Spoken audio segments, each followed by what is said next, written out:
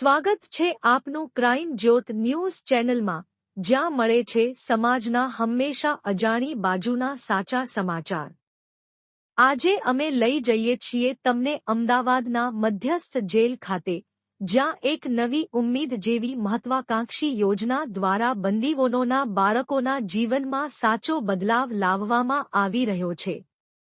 અમદાવાદ મધ્યસ્થ જેલમાં એક નવી ઉમ્મીદ યોજના અંતર્ગત બંદીવાનોના બાળકોને મળ્યું પોલીસ પરિવાર તરફથી સન્માન અને પ્રેમભરી હાજરી।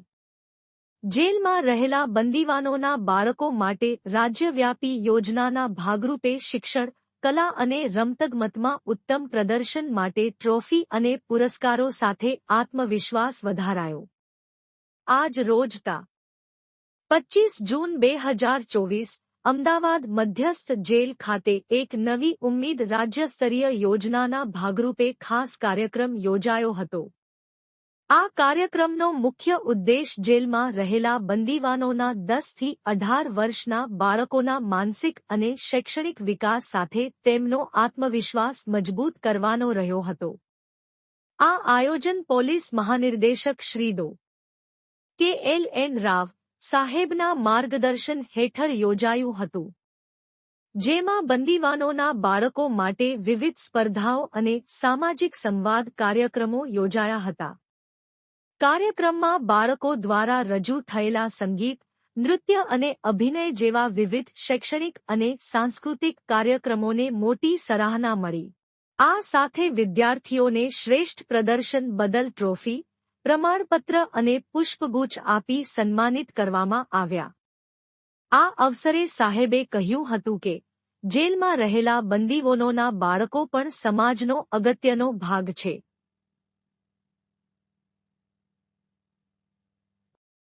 તેઓમાં આત્મવિશ્વાસ ભરવો અને સમાન અવસર આપવો એ સમગ્ર પોલીસ તંત્રની માનવીય ફરજ છે।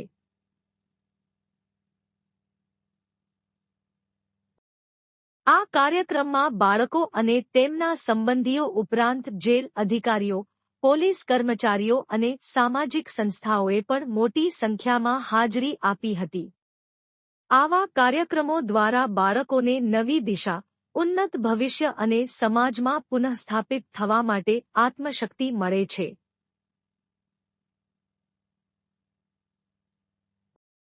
પોલીસ તંત્રના આવા પગલાંને સર્વત્ર બિરદાવવામાં આવી રહ્યા છે।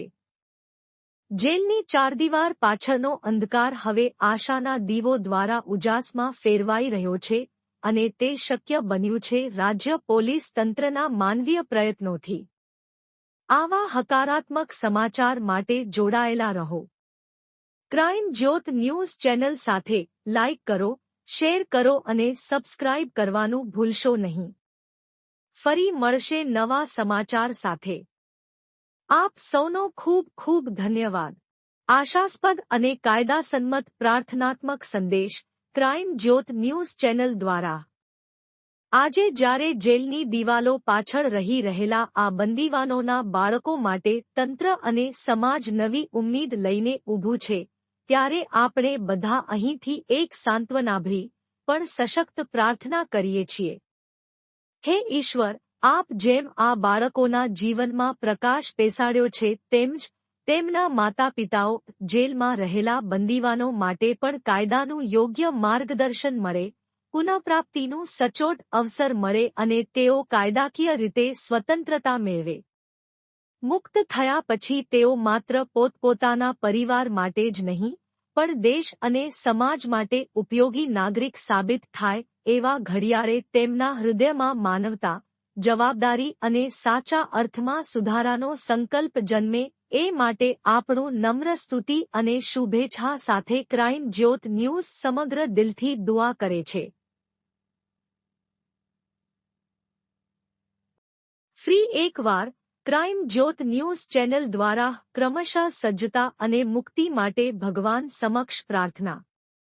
અંતે ક્રાઇમ જ્યોત ન્યૂઝ દ્વારા અમે ભગવાન સમક્ષ આ હૃદયપૂર્વકની પ્રાર્થના કરીએ છીએ।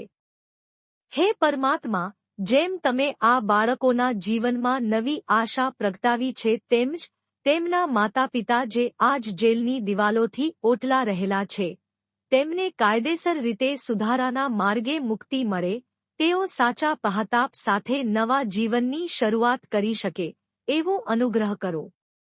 જ્યારે તેઓ મુક્ત થાય ત્યારે તે માત્ર પોતાનું નહીં, પણ સમાજનું અને દેશનું પણ ભવિષ્ય બનાવે તેવા નાગરિક બને. કુટુંબના હાથ પકડે, સમાજમાં માન્યતા મેળવે અને કાયદા વિરુદ્ધ પણના કામો પણ ન કરે તેવી શુભબુદ્ધિ તેમને પ્રગટે.